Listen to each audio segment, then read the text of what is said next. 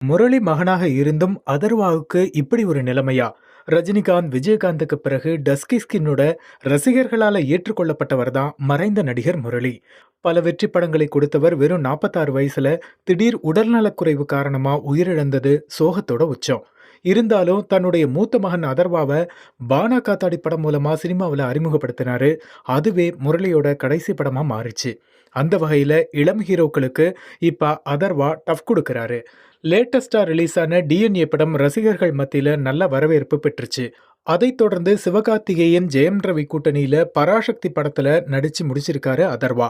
அவர்கிட்ட வாரிசு நடிகர் அப்படிங்கிற விமர்சனத்தை எப்படி ஹேண்டில் பண்ணீங்கன்னு கேட்கப்பட்ட கேள்விக்கு அவர் பதில் சொல்லும்போது, எனக்கு விமர்சனங்கள் அந்த அளவுக்கு வரலன்னாலும் சவால்கள் நிறைய இருந்துச்சு. என்னதான் நான் நடிகர் முரளியோட மகன் அப்படிங்கிற அடையாளத்தோட சினிமாவுக்குள்ள வந்தாலும், நான் சந்தித்த ஒவ்வொரு களமும் எனக்கென உத்வேகத்தை கொடுத்துச்சு. தனிப்பட்ட அடையாளத்தை ஏற்படுத்துச்சு. அதனால விமர்சனங்கள் என்னை பாதிக்கலன்னு ஷேர் பண்ணாரு அதர்வா. முரளியோட இளைய மகன் ஆகாஷ் முரளியும் நேசிப்பாயா அப்படிங்கிற படம் மூலமா சினிமாவில் என்ட்ரி ஆனது குறிப்பிடத்தக்கது.